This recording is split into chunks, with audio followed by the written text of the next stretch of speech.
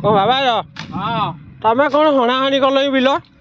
ଆଉ କ'ଣ କରିବି ରେ ବାପା, ଇଏ ଚଇତା ଫକୀରାକୁ କହିଥିଲି ହିରୋ ଦେବାକୁ ଆସିବାକୁ, ଏଇ ଆସିଲେନି, ଲାଷ୍ଟକୁ ଏଇ ନିଜେ ହାଣିବାକୁ ପଇଲା। ତମେ ସେ ଚଇଟା ଫକୀରା ବୁଝିଲେ କାହିଁ ପଡ଼ୁଛ ରେ ଭସେଇ ଦେବେ।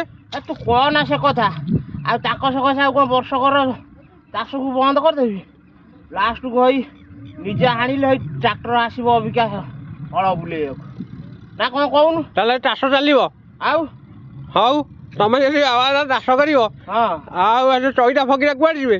ସିଏ ଯୁଆଡ଼େ ଯାଉଛନ୍ତି ଯାଆନ୍ତୁ, ମୋ ଘର କଥା ମୁଁ ବୁଝିବି ନା। ଆଉ ତାଙ୍କ କଥାରେ ପଇଲେ ସିଏ ତମକୁ ମଝି ନଈରେ ବସେଇ ଦେବେ। ମତେ କହିଲେ ଆମେ ତମର କାଲି ଯିବୁ ହେଲା, ଆଉଛନ୍ତି ଯାଇକି ନାଳିଆ ମୋ ଚକରେ କୋଉଠି ହାଣୁଛନ୍ତି ଯାଇକି, ମୁଁ ଶୁଣିବାକୁ ପାଇଲି। କୋଉଠି ଅଧିକା ପଇସା ପାଇଯାଇଥିବେ ତମ ବାବା ଯୋଉ ଭୁଲିଗଲେ ତମକୁ। ଆଉ ସେଇଆ ଅଧିକା ପଇସା ପୁଣି ବା କହୁଛନ୍ତି ଆମେ 600 ଟଙ୍କା ନବୁ। ମୋର ଚାଷରେ ମଦ ଦଉନ? ମଦ ଦେବି ତାକୁ। ତୁ ଯାଇଥିଲୁ କୁଆଡ଼େ ବେ? ମୁଁ ଏଇଠି ବା ଏ ତଳି ପକଉଛି।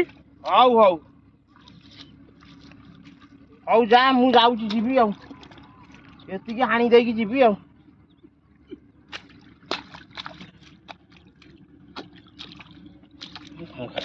ଏ ମିଟି ହେଇଯାଇଥିବ।